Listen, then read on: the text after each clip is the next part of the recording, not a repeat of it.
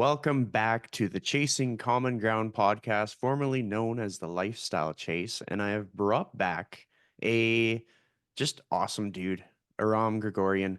Um, I just have to say, a lot of people take for granted the amount of effort that you go to other people's stuff. Like I've been seeing you at all kinds of events, whether I was at the event or whether I saw that you're popping up in like the social clips and stuff. I think it's amazing how much effort that you put in, not only just to connect with your friends in the industry, but also just to show support to other people's stuff, which is a big reason why I've been giving your event shout outs on the last like 8 episodes. Doesn't matter who I'm talking to. I'm like, hey, are you going to the Real Coaches Summit? But I'll let you talk. How are you doing today, Aram? Dude, I can't thank you enough, man. Every time I talk to you, I feel like I'm talking to a smarter, better looking brother of mine. And much more tech savvy as well. But dude, there's the puppy. You're gonna be okay, buddy. Um, I'm doing okay. We're what, like 4.5 months? No, probably about almost 5 months away from the event. Got 116 tickets sold. The goal is 250. Tough time of year to do any type of transacting right now. I mean, obviously Black Friday is coming up and everybody's going to be doing that. I don't know. You've probably already seen me advertise that I don't have the budget to drop the price much lower than it already is. So I'm just coming into it as with my normal authentic self, hat in hand, saying, hey, if you want this event to stay alive and you value education and self-development, get yourself a ticket and show up. If that's not a priority to you, then don't be upset when people aren't hiring you because you don't know how to get people results. And the reason why I go to events and the reason why I connect with other coaches and the reason why I do the free online calls every week is because I'm trying to actually contribute positively to this industry. Why? Because this industry is the reason why I get to live in Southern California. It's the reason why I get on a plane whenever I feel like it. It's the reason why I don't have to pinch pennies to go to dinner. And it's given me everything in my life that I've ever wanted. Obviously, it's not philanthropy, like we have to earn a living, but without this industry, I would have no purpose, no identity, no level of fulfillment, and I would probably be doing what most people are doing, which is floating through life and waiting for the next thing to happen. But I wish that more people in our industry valued the industry as much as I do, because it's truly an incredible opportunity for us. Like, we're on the front line of healthcare, man. Like, Hmm. whether it's helping people, like I went and got blood drawn this morning, and the guy that walks in to draw my blood is probably, I don't know, 60, 70 pounds overweight. And he's telling me about how he doesn't eat his first meal until 11 or 12. And then, the food recall, which I think is hysterical, which I'm actually going to be doing a live with a girl that I met at Allie's Summit. She works for a clinic and she's in healthcare. And she was talking to me about how, like, when people recall their eating, it sounds like they're eating so well, right? Like, oh, I had eggs for breakfast, I had a salad for lunch, and I had meat and vegetables for dinner. It's like, okay, cool. If you ate like that truly, how is it that you're 100 pounds overweight? So clearly we're missing something. So there's a fundamental disconnect between what people believe to be quality lifestyle or quality nutrition versus the people like us who are actually living and breathing this stuff. And, and as much as I don't want to throw vanity into it and smear vanity all over it, but when you live a certain way, you kind of look the part. It's hard to deny that, and as much as I don't want to like always amplify the vanity aspect of it, but it shows up. Like, it just shows up. Like, there's muscle growth is visible. Leanness is visible. Good behavior is not hard to spot on somebody. Like, you can't tell if somebody's a millionaire, right? You can look at him and be like, oh, that guy looks like a bum. I had a client back in Connecticut who literally dressed like a bum and drove like 96 Honda Civics, and he was worth nine figures. Yeah. But she'd never be able to tell because he didn't give a shit. He just cared about like what he did for work. He cared about his kids. His kids would make him buy like these ridiculous AMG Mercedes cars that he never wanted, but he did it for them because they were gearheads. And with nutrition and fitness, like, if you take care of yourself, you kind of look the part. You show up into a room and people have no doubt that you're somebody who prioritizes nutrition and fitness and sleep and hydration and steps. And I just wish that there wasn't such a stigma almost now. I mean, you're in Canada, I'm here in the United States. Like, in the United States, there's a palpable stigma against fit people. Like, it's almost like we're the ones who are now being shamed. Whereas before it was like it was inappropriate to be fat Now it's almost swung in the other direction to where it's like it's icky and inappropriate to have discipline and to have rules around food. And how dare you put something on a scale and weigh it? You're disordered and you're exacerbating all these problems in America. And by you saying no to alcohol, you're part of the problem. It's like when did all of this become completely ass backwards? And was I just asleep the entire time as it occurred? Like at what point, why are we getting punished for being in shape? Yeah. It just never made any sense to me. And I'm sorry that I went off on that tangent, but yeah, man, a lot of stuff going on up here today. Totally. And I mean, like, these are the thoughts that probably come through a lot of people's heads. Like, for my podcast, my listenership is probably a mix between general population and a few colleagues and stuff. And a lot of them are probably thinking to themselves, I'm putting in all this effort and I'm having people criticize my effort, but the effort is to be healthier so that I can be better for my family and friends. And it's like that would feel very backwards because like you're preparing good meals, you're cooking at home, you're getting your walks in, you're getting some workouts in. Like it doesn't necessarily have to be like a lot of people bring up the point that like maybe if you miss jujitsu, you could do a home workout, but you're still active that day. Or maybe you didn't make it to your regular powerlifting gyms, so you went to Planet Fitness instead. Like that's how people can kind of stay consistent with things, and where they can have some variability in their life. But yeah, absolutely. There's lots of instances where I'll talk to people and I'll be like, yeah, I actually have like 3 gym memberships. And they're like, what? That's crazy. And I'm Same, like, same.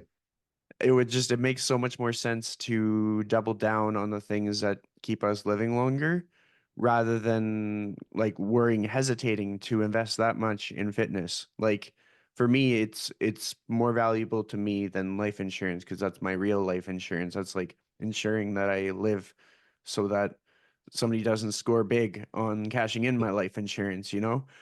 And I actually used to work with a client in Connecticut whose main job was to purchase life insurance from people and give them a cash settlement for it, and then essentially just wait till they died to collect the premium. So let's say like your life insurance was worth 5 million bucks, but you were strapped for cash and you were 65 years old. Well, he would buy the life insurance from you today for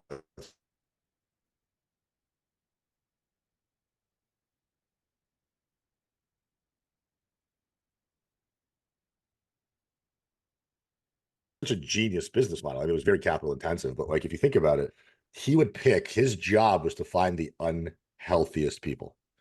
So That is basically, he would, you know what I mean? Like he would find like the people with the highest levels of obesity and the most amount of biomarker problems in their blood work, and he would do full workups on them, and that's how they would qualify. And the unhealthier the person was, the more likely he was to buy their life insurance policy because their likelihood was they're going to die sooner. And unfortunately, fitness and nutrition in the general population is viewed as an aesthetic vehicle by and large. I don't want to wrap a complete blanket over it and say that that's what everybody thinks. But let's be honest, Chris, like most people aren't walking around saying, I really wish that I ate better so that I had a better HbA1c and I had lower blood glucose. Like nobody's walking around saying that. They're like, I don't like this. And they point to something on their body.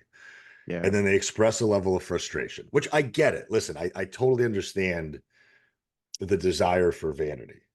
But vanity is one of the hardest goals there is because it tends to be the most all encompassing and the most sacrificial. It requires the highest level of precision and attention paid to all the different variables. General health is not hard.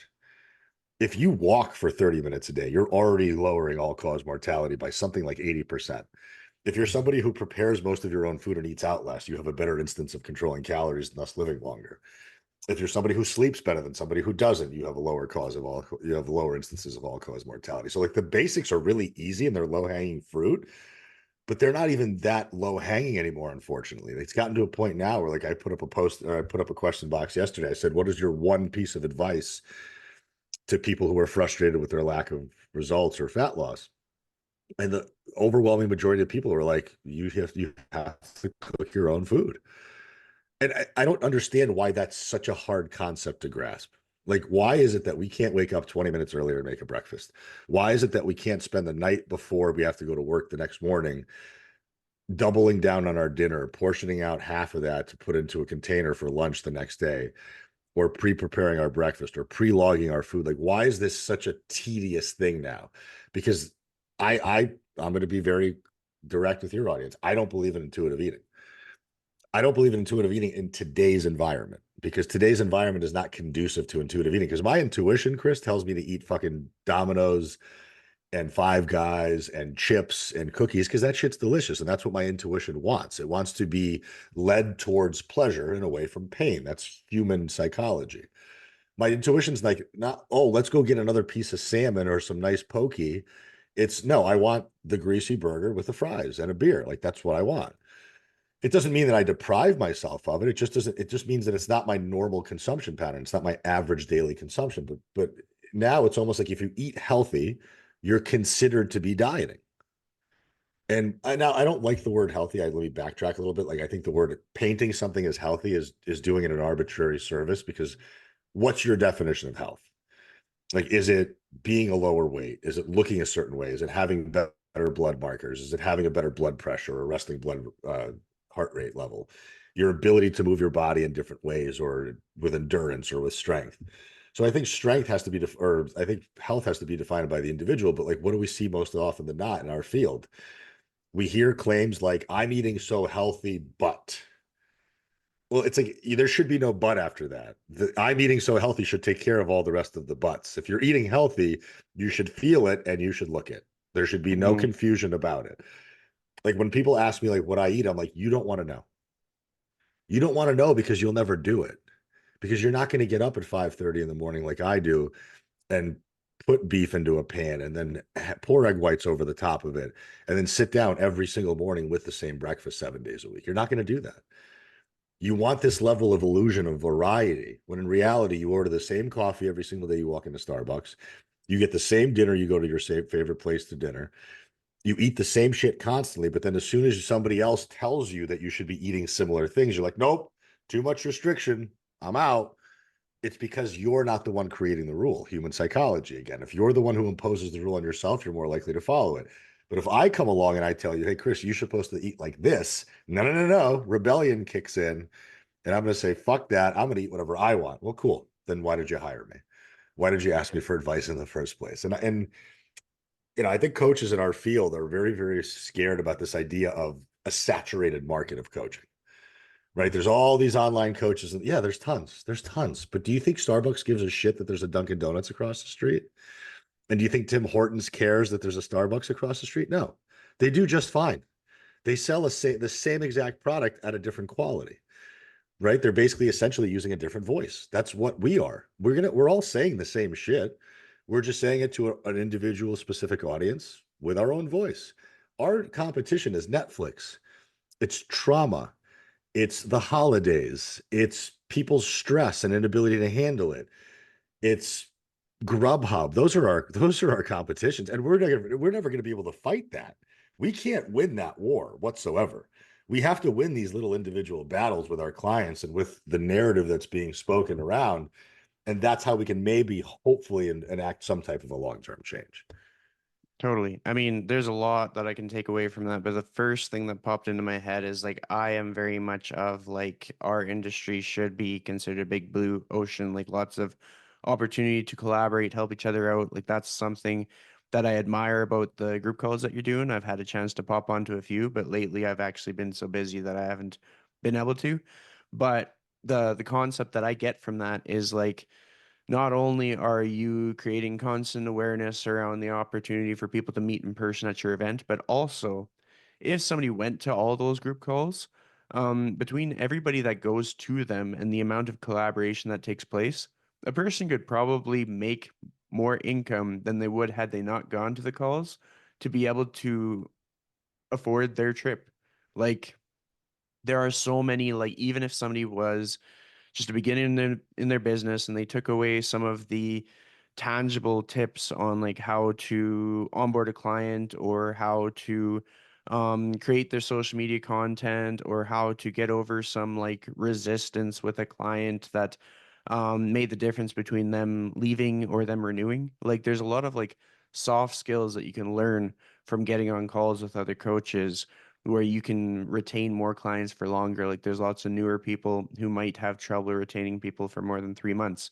And there's lots of like veterans in the industry who have had people for like a decade Yep. and like they've achieved their results, but then they found other areas of their journey to work on. Like maybe Yep. they changed fitness modalities, or maybe they moved to a new city and encountered new struggles, or they had something. The number of people who like encounter family loss or divorce, or they meet somebody new, and all these dynamics change, and then they still value their coach.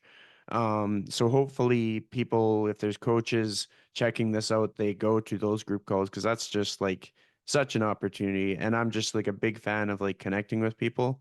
And so like if other people kind of see the value in that, they'll probably progress, because like a lot of coaches are evidence of the basically the fuel that connecting with coaches can give to your career. Like conferences have made the careers of many, many people, and even just like group Zoom calls have made the careers of many, many people in this industry. Um, but with that said, there was a while ago, I think it was like 2 years ago, I was hanging out with Andrew Coates, and he said something that really like stuck in my head. And it was ahead of another like conference. And he was basically helping me to see, like, I already valued conferences. I put a lot on the line in the past to go to conferences, but I Same. was hesitant to go to one of them. And he was like, remember how you felt like when you realized it wasn't like you weren't the only one like you, like Yeah. obsessed about an industry, like super hardworking, always trying to like moving the goalposts. It's never good enough, never good enough. And he was like, imagine feeling that feeling again. And I was like, oh, that's such a better way to like pose or pitch a conference, because I do remember that feeling. And like that feeling is worth its weight in gold, because like that level of just solidarity that you get from going to events, and then like the offline conversations that take place. Like we were talking about AI before we started this podcast. And there's a lot of things that we could both help each other out with AI, and those are the kind of conversations that can happen at a conference, because you just get the unfiltered version of yourself and all of your colleagues that you want to be connected with, and you make huge strides with like your skill set, what you have access to, who you have access to, examples of case studies, like things that can help you overcome resistance when you're back to coaching your people again, or when you start coaching somebody new that you've never encountered before. So it's just like it's hands down, like it could be a game changer for anybody who chooses to go. And I mean, even like if somebody is just really enjoying their fitness journey and they want to diversify their exposure to the industry a bit more, like it's not a bad idea for like a really passionate fitness enthusiast to go to a fitness conference like this, because you get exposure to more different personalities, more different coaches. Most coaches aren't scared of losing their clients to another coach, because they're just confident in their ability to build that connection. And that client is only going to benefit more from meeting all these different cool people.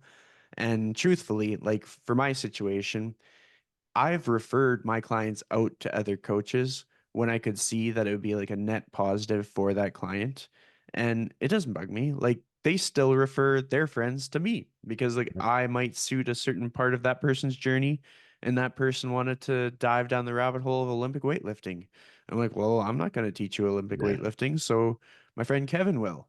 And like that's just basically how that goes down. And so like even if I was working with somebody and they went to the conference and then they found another coach that they liked better, it doesn't bother me. Of course, I'd still want to stay in contact, because like you build really strong connections with clients. Like you want to always Absolutely. be able to talk to them. But like if I knew that somebody was going to crush even more goals because they had a different point of view or a different skill set or a different offer, I'd be like, oh yeah, go for it. Get the bag. Like get have a good experience with your life and like learn and grow. So like hopefully people really start taking things like conferences seriously, and like they take into consideration that I'm the guy that like I went to the Kansas City one and I was like broke, broke, broke. And I was eating rice and beans and tuna for the next 3 months afterward, and I'm still telling you to go to the conference. And it's like, I'm not the same as everybody, but like, there's going to be some crazy people out there on the sidelines who need to get to the conference.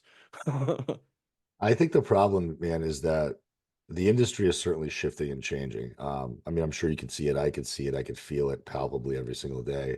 I have a lot of younger coaches who follow me, and it's turning away from what you know and who you know to what you appear to know and just how you appear in general. And I feel as though it's about clothing, it's about aesthetics, it's about lighting, it's about camera angles now. And it's turned into something that's a lot more superficial than it ever was. Like there's plenty of coaches that I learned from who look like they've never lifted a day in their fucking life.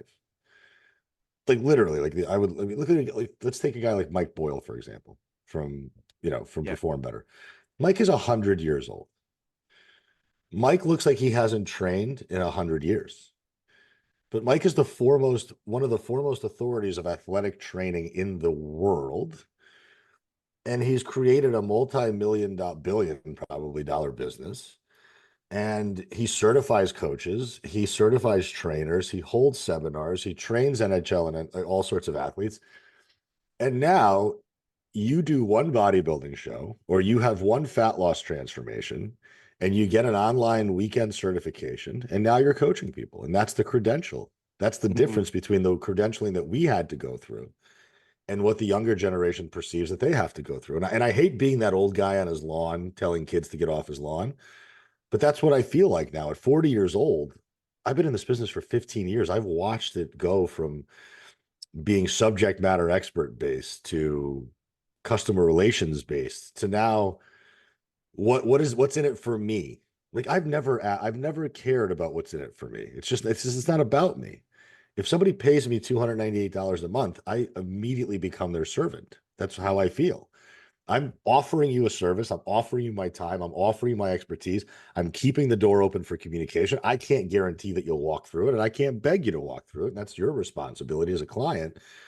But it's not about me. Like if I'm good at my job and you get results and you're happy with the experience and you're happy and fulfilled with the time spent and the words exchanged and the overall climate that you're in and the community that you become a part of, you're going to continue paying me until you feel like you don't have to pay me anymore. That's the best reward I can ever get. When a client leaves me with a level of autonomy, confidence, and self-efficacy, why would I ever want to keep that individual? Like Mhm. I'm not going to stick them in a cage and tell them like you have to be here forever. If you feel like you're ready to fly, I'm very happy that I was a part of that growth. And that's the biggest reward for me. Go and tell a couple of your friends, go post it about it on social media. Let's see if it drives people back to me. But if you want to repay me, that's the best thing you can do. And again, like it just comes down to the fact that like we have coaches that are selling coaching incessantly, but there's no product or there's no service behind it. Actually, let's put it this way. There is a product for sure. That's palpable, but there's no service and there's no fulfillment of that service. There's very little care and individuality and communication and standards and values. And it's all rooted in this idea of like, oh, you didn't do well this week? Well, work harder next week. Or, I don't pick up my phone after 5 p.m. because that's my office hours. Like, I'm sorry, you signed up to be an entrepreneur. That means your phone is on 24/7, 365. And if somebody needs something from you, they should be able to access you because if you don't, somebody else will.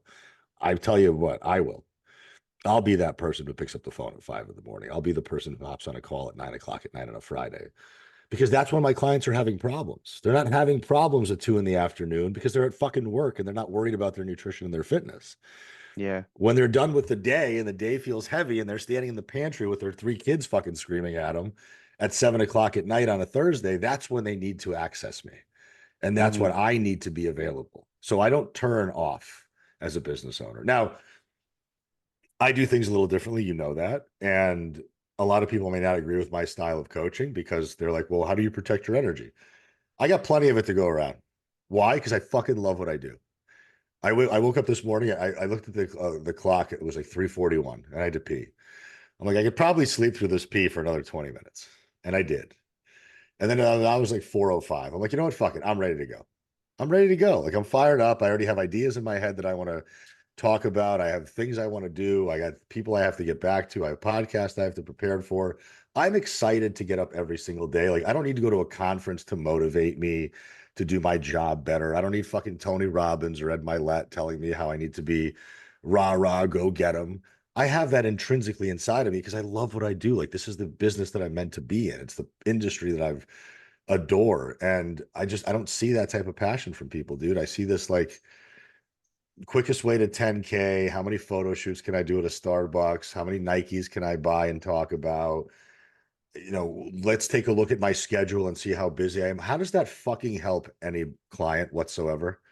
Like, when I see a coach post about their schedule, all right, so here's Mrs. Jones, who's 150 pounds overweight, and she's got problems, and you're posting about how busy you are. How Yeah. how accessible does that make you? You think Mrs. Jones is going to reach out to you and be like, "Oh, by the way, I know you're busy today at Starbucks shooting content, but I'm dying of obesity. You mind helping me out?" Like, no, she's not going to reach out to you. Yeah. And this like self-servitude that I just see every single, like, listen, there's nothing wrong with a thirst trap picture every once in a while, or there's times where I'll post shirtless pictures on my wall, on my story, but there's always poignancy to it. There's always something that I'm going to write because the attention is not on my body. The attention is on the fact that I have this body because of this ideology. So if you want Yeah. this, you have to read this. And that's my hook. That's how I get people to understand that I'm somebody who's trustworthy because I don't give a shit about my physique anymore. I'm 40 years old. And my physique was essentially built by accident when I was 15 years old.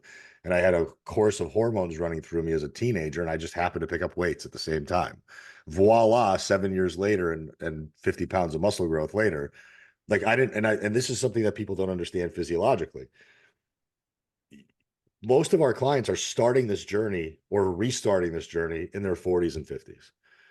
They've gotten through this 25-year mess of a life of starting businesses, getting into careers, starting families, buying houses, building up equity and stress and relationships and all these other variables. They neglected self-care. Very simply, that's just wasn't their priority. Okay. Understand that if you want to look like me, it might take you 20 years to get there. So maybe by Yeah. 60, you'll be where you want to be. So now it's like this idea, well, that's too long.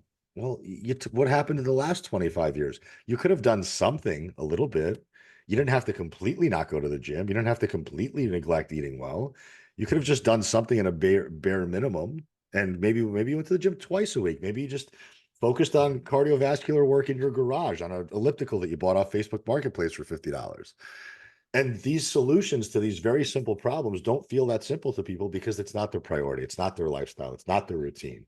But we have coaches who this naturally comes easily to because they started at a young age and they had no other options in their life. Like, I don't know any other way to live my life but through fitness and nutrition. I don't. Like, I started early. I don't have kids. I never stopped. Some Hmm. people, some people go into like athletics, and that's who they were when they were in their 20s, but then they got a job and athletics were gone and they became sedentary. So if you're restarting this journey in your 40s or 50s as a layperson, so to speak, your expectations of results have to be very mitigated because you have not spent a lifetime building quality habits. You've spent a lifetime actually probably building poor habits.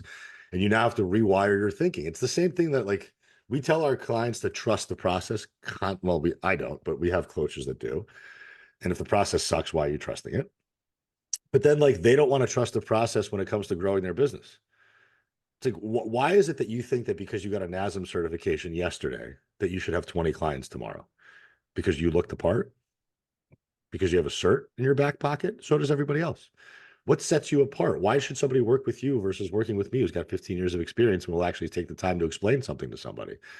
I have the amount of people that come to me from other coaching programs that tell me things like, well, they passed me off to an assistant coach and I never even got to talk to the person who initially I talked to. Or every time I asked them a question, it took 3 days for them to respond. Or they never explained anything to me, or they never made me understand why they were changing my protocols or my numbers. I just don't understand it. Like the amount of effort and time that I put into educating my clients on just the simple, basic bullshit that we know is true. Like, let's take Chat GPT, for example. What's stopping a coach from taking 30 seconds and saying, how do I explain progressive overload weightlifting to a 3-year old? And then Yeah. read Easy. that, right? Like, put that into your prompt. And then a couple times a week, educate your clients. Shoot them an email and say, "Hey guys, I know that we talk about progressive overload. I just wanted to share a little bit more insight about how it works. Here are some of the variables to focus on. Let me know if you have any questions. I'd love to host a Zoom call on it." Hmm. Boom, added value, fulfillment, honoring your promises, getting people engaged and involved, having them participate, and then building a level of curiosity and autonomy that's never been there before. And I just don't see this happening at a global level in coaching. I see this like handing out of protocols. Here's your numbers. I'll talk to you during your check-in week. That's not how I do things.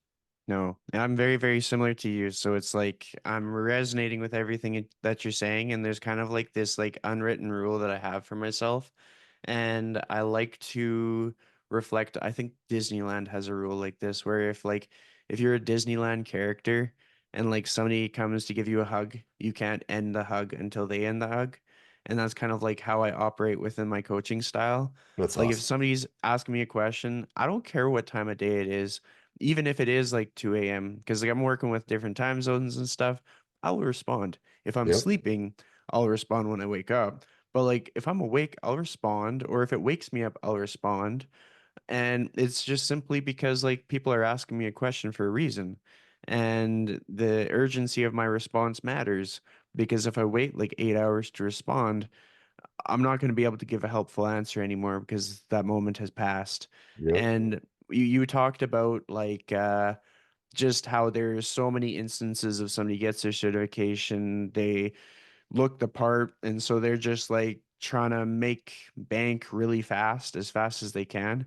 And the thing is that like the rise of AI technology is keeping people more honest. Like it creates more merit in the industry. And this is my observations as someone who's seen a lot of different businesses and I've seen a lot of different coaches. You really have to know your shit in order to succeed now because the smart coaches have the AI too. And usually the smart coaches are better at the AI. So they're able to serve their clients even better.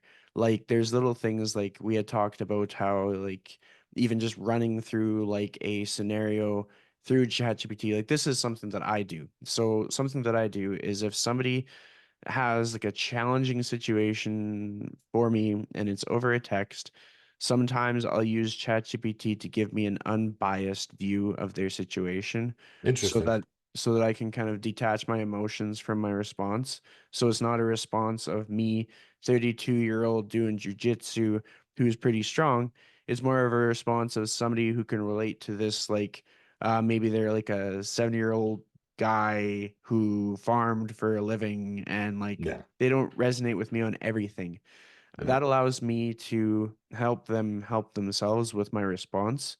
And sometimes I will use different coaching books to kind of like help me. And so ChatGPT will be able to source out some of the key concepts of different coaching books.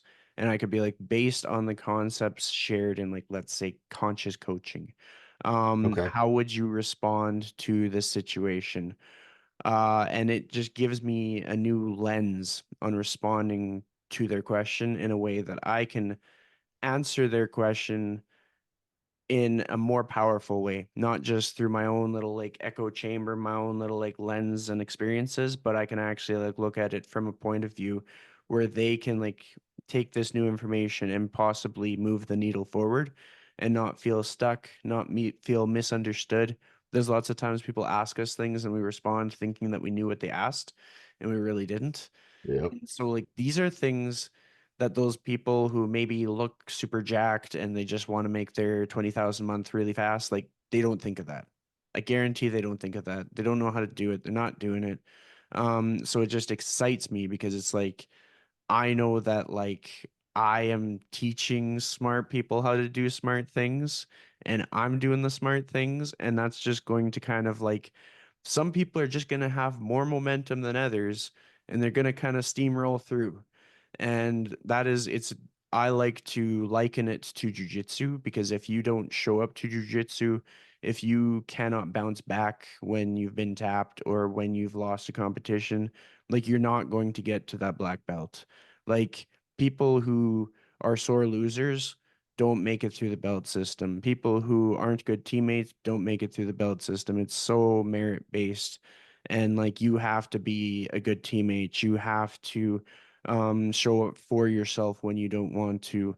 You have to recover from injuries. Like yesterday, my lip was swollen because I got like knocked in the face. The swelling came down fortunately, but it was just kind of one of those things where it's like, well, I'm gonna have to show up again, even if I look a little funny for a day. And it's just like these are the things that are gonna weed out the people that shouldn't be in the industry, and they're just gonna end up selling something else, Yeah. insurance, whatever, and that's Yeah. totally fine. But it's like we almost have more things keeping people honest and with integrity than we did before because of the power of AI and how it directly impacts people's livelihoods, which can be scary. But if we look at it from a positive point of view, where we're always connecting with new people who can teach us new things, when we're constantly learning new things, then the scariness fades away. If we Yeah. are sitting on the sidelines, not willing to go to the conference where we can learn the new things from all the nerds with the AI and stuff, that gets scary. So hopefully people take that as like a sign, just like show up to things, even if they show up to the Zoom calls. Like your Zoom calls that you're putting on, they're awesome. And if somebody was Thanks, man. like if somebody, I think both of us can speak to this. Like if somebody was like, "Hey, you guys talked about something on a podcast, can you like hop on a 20-minute call with me and like explain more?" I would say yes. I'm pretty sure Ram would say yes.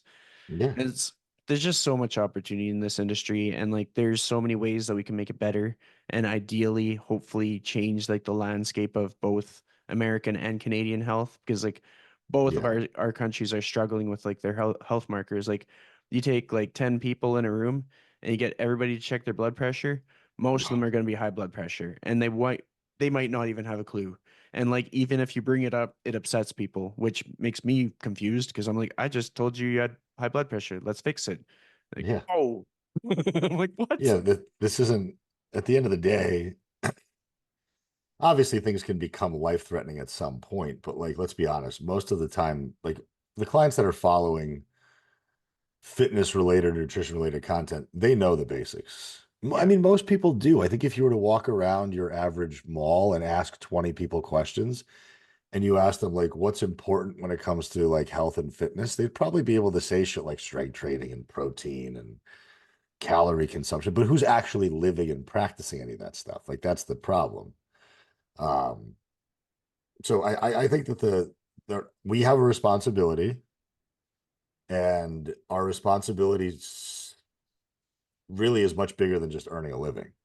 And yeah, earning a living is going to give us the flexibility to be better coaches and to be better professionals. And I think like there's a difference between the coach who has to take on every single client because they're in the scarcity mindset because they don't make a lot of money versus the person who's at my level who can basically say like, oh yeah, if I lose a client, I'm actually kind of happy I lost that client because that client was a pain in my ass, or that client did jack shit to be part of the process. So I'm that dead weight is now gone, and that opens up my mental space because I mean, we've all had them, right? Their name pops up on our phone, and like this feeling of dread comes over us. At that point, that's actually a pretty good sign that you should probably not even be working with that person. But if you have 5 clients and you're making $1,000 a month, are you going to make that call? No, probably not. You're gonna be like, fuck it, I'm going to grind through and I'm going to keep serving that individual until they drive me crazy. Whereas when you're making $20,000 a month and you lose that $298 a month client and they leave, you're like, oh, thank fucking God. It saved me a hard conversation. Hmm. And that's just the difference between the levels that you're at. Like, and it's hard for me to sit here and say, like, oh, invest $1,200 and come to my event because you don't know what the ROI is going to be. You don't know what your potential return on investment could be because you're not there in that room and you have no idea. And it also assumes that you're going to go to that event, talk to as many people as possible, make a ton of connections, soak up all the information, understand the information, clarify the information with questions to the presenters, and really get your full money's worth while being there. But how many people are actually doing that? So, for me, I can keep telling people that, hey, there's 14 amazing speakers coming that are going to be talking about very, very practical subject matter points. All meals are included and the hotel is cheap. So that keeps the logistical stuff very, very easy and simple to be on site and not have to worry about going anywhere. Vegas is one of the easiest cities in the country to fly into. So direct flights are relatively prevalent. Like I couldn't make it easier than I did, but even with that, people will still find objections to going. And what are those objections usually rooted in? It's financial. It's I don't want to, or I can't spend the money. It's usually I don't want to. It's rooted or masked as I can't spend the money, but we both know it's I don't want to spend the money. Mm-hmm. Because they'll go spend it on something else. They have no problem paying for a bachelorette party that's going to cost them $1,500, right? And flying down to Cabo or going to Vegas for a bachelorette party. That gets done every single summer. But when it comes to investing in your own education, your own skill set, which you'll never actually lose, but you can only amplify and strengthen over time, that's too much of an expense. And by the way, it's fucking tax deductible too. Like literally from the second you leave your house to the second you come home, every penny spent while you're on that trip, every penny that's spent on that trip, while on that trip, approaching that trip is tax deductible because it's a business expense, because it's in the development of earning a revenue. So I don't know, man. You and I have always been people that are very much prone to self-investment because we've seen the return on that self-investment, but other people just don't see it. And then they're also the same. It's no different than the client who I'm not going to track my food, but I'm going to be disappointed about my lack of fat loss. Okay, cool. Here's a tool that works really well. You're just deciding not to use it. So you also then express frustration because you have access to a tool you don't want to use. Well, here you go. Here's a conference with 14 of the best professionals out there that I know, presenting on 14 topics that I know will resonate with your clientele base that you struggle with on a daily basis. And your unwillingness to spend money to go there is going to be the same exact reason why a year from now you're stuck in the same spot, wondering why you can't keep a client for more than 3 months. Mm-hmm. It just doesn't make any sense to me. The first couple of years of my career, I maxed out 2 credit cards to fly to events, to buy classes, to go to seminars, to do online seminars. Like I did everything I fucking could in my power to become as educated as humanly possible. Now, I think there is a limit to how much you should educate yourself. Like you don't need to go to every seminar and go to every conference and buy every class, but you should know a lot about a lot because our clients are dealing with a lot. Our clients are dealing with emotional eating issues. Our clients are in menopause. Our clients have injuries.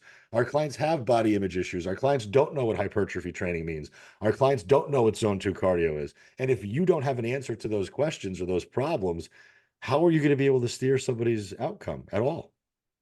Yeah. Well, I mean, as you were talking about all that stuff, I thought of a very tangible path for people to basically make a return on investment at the conference. And this is how I would lay it out. Essentially, if you went to the conference, and as much as I like to promote that people have fun socially, just if you kept it under control, didn't make any bad impressions, and if you showed up and you connected with as many people as possible, but before you connected with them, you had established like your call linked book people on calls, and perhaps you started a podcast, you would be able to get more people booked on a podcast than you would be able to had you not shown up. And I know this Yeah. from Oh, yeah. experience. Like there's lots of people at that event who have a full booked calendar where they don't go on podcasts anymore. If you're at the event, you'll probably get them on your show. And if you don't Yep. get them on your show, you're going to get people who are further along in their business journey on your show that you wouldn't have met otherwise. Like there's lots of people who have never heard of me, and they'll meet me at the conference, and I can help them with things that people don't even know that I can help with, like landing pages, funnels, email lists, podcasts, video editing faster, making graphics in Canva with AI. Like there's lots of stuff there. And then if I don't know how to do it, there's a strong chance that I can point at the person in the room who does know how to do it. And because I like efficiency, I'm going to. Like I'm not going to pretend that I can't do anything that I can't do. And so Yep. through that, like I've seen it happen time and time again. Like there's lots of people who basically book their year's worth of podcast guests at the event. They walk around with Yep. their phone. They're like, here's my link. Just scan this, book yourself in. And then they're good. That saves them time throughout the year. And they have these people on their calendar. They've gotten access to people who they would have to like filter through the assistant to get to that person. Like some of your speakers, I can't book them on a podcast. If I go to the event, I can probably book them on a podcast. Yep. And so like it is there is no reason to not go to the event if you want to be in the industry in the years to come. If you want to leave the industry, that would be the reason to not go to the event. But if you want to be in the industry in 2026, then go to the event. So it's just like That, very that clear. and that's what I always say too. It's like, do you not like people that are like, oh, I can't plan that far ahead. I'm like, April's gonna be here in like 3 minutes. Yep. Like it's already the end of November. November just started yesterday. Yep. So it's like it's like, okay, December, January, February, March. So we have 4 full months. We know that December is like the mail it in month for everybody. That's where everybody gets depressed. Everybody throws all their shit away. Everybody's going to restart in January, and that's when the focus. And then everybody comes out of the gate hot. So I'm assuming that I'll probably end up selling more tickets in the beginning of the year than I probably have this entire time. But I've just never understood this level of like reactivity versus proactivity. Like for me, like I'm looking at Nick Lamb's event, Raise the Bar in February already. And I'm already thinking, okay, like how do I make that work? Like I know I got my event coming up 6 weeks later. Does it make sense for me to fly out there? I want to support Nick. I want to see the speakers and hang out with my friends. I want to maybe be able to recruit a couple of people to come to my event in Vegas since they're already in the spirit of events.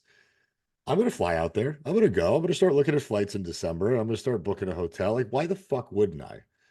And again, I understand that I have resources that younger or newer coaches don't have.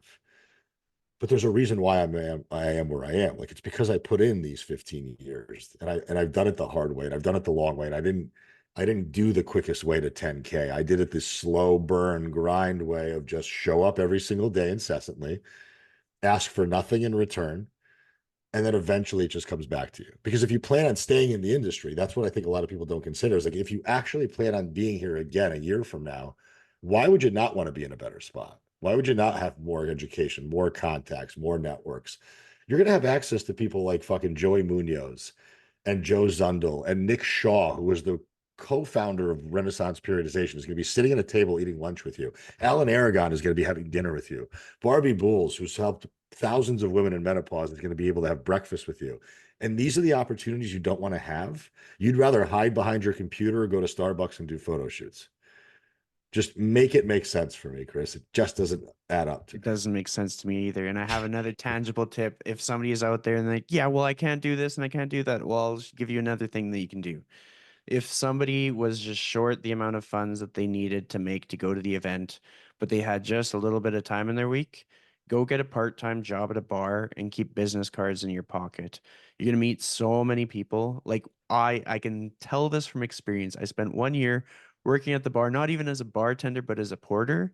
And from just existing, I got clients. I didn't even have to talk about that I was a trainer. It was very apparent apparently, Yeah. but nonetheless, like I got clients from working at the bar because people would come up to me and they knew me from other things because it's like if you're at a bar in the place that you live, you're probably going to come across a few people that you know. And they were like, "Are Yep. you still taking on clients?" And I was like, "Yep. Let's Yep. set up a consultation. I work here till 2 a.m. I'll consult with you at 8 a.m. See you at the gym."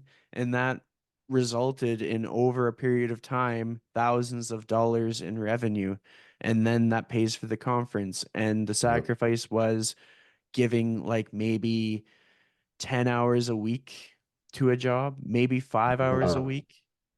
Like it doesn't take much. People can get creative. People could, just because they can't bring in revenue from one path doesn't mean that they shouldn't deny all other paths that they could use to get the funds that they need to go to the conference to get to their next level. you can go drive Uber. Exactly. Uber is You a can really good one. Yeah, you can go drive Uber. You can work for Uber Eats. You can work for Grubhub. You can work for these delivery services and sit in your car and listen to podcasts and audiobooks for 5 hours a day, self-develop the entire time and soak all this information up while you're dropping off people's food and making 12 to $15 a run. It's not a lot of money, but it's better than you sitting around wondering where your money's going to be coming from. Like America, especially, I mean, again, I'm not well versed in Canadian finances, but I would imagine it's not much different there. But America is so easy to make money in. I mean, think about our job, right? Like if you really like if 20 years ago somebody told me that I could be making 5 figures standing in front of a laptop in shorts in Southern California, I would be like, no, you're insane. You're insane. That doesn't make any sense to me because I grew up with that old school mentality of like, if you don't have a briefcase and you're not wearing a suit, you're not making any money. Or if you don't have like a profession that's a skill, like a carpenter, an electrician, or a doctor, or a lawyer, then you're not going to be taken seriously. But like entrepreneurship is at an all-time high. People are starting businesses left, right, and center because we live in a service-based economy. People have money, people have resources, but what they don't have is time. So they don't want to take the little bit of time that they do have and allocate it to figuring shit out. So a lot of people are actually willing to spend money on people who will figure it out for them. That's where we come into play. You don't know about nutrition and fitness? Cool, I'll figure that out for you. The Hmm. same way that you're paying somebody to cut your lawn, the same way you're paying somebody to take care of your car, the same way that you're paying somebody to take care of your dogs while you go away for a weekend, we are a service. And if we provide a quality service, even if that service doesn't always produce a result, because the results are going to hinge upon the plan being good, A, and then the follow through of that plan. We can't guarantee part B. We can certainly guarantee part A, right? We can guarantee a good service and a good plan, but we can't guarantee that our clients will follow through with it. But if we can at least guarantee half of that equation, and we can create a good client experience to where they're happy, they're being fulfilled, they're feeling like they're getting their end of the bargain, even though they're not showing up for themselves, maybe, but at least you're delivering everything you said you would with integrity. And then you're providing a good community for them to be involved in. Why the fuck would they leave? Hmm. You've just given them all the reasons to stay because they probably don't have fitness minded friends in their small town that they live in. Their spouses might not be supportive of their journey, but here you are. So during this part of the episode, Aram's connection just kind of lagged. So I don't know what he said, but by the time I finish talking, he'll be back. So I'm just going to change the narrative. And I'm just going to offer this very safe, very free space for people to collaborate. We're going to share thoughts. We're going to share frustrations. We're going to share case studies. We're going to share backgrounds. We're going to share education. And who knows, maybe this thing grows and it keeps going. And all of a sudden we realize that business coaching is actually not even something that we have to pay for anymore. Yeah, I mean, like there's just so much to gain from connecting. So I hope that like people hear this episode and they at least consider just connecting with another coach. Like even if they don't go to the event, find another coach to connect with, to hop on Zoom calls, go to Aram's group Zoom calls, and if people follow you on Instagram, they'll be able to kind of like find the way to sign up for that stuff, right? They just need to send me their email. Yeah.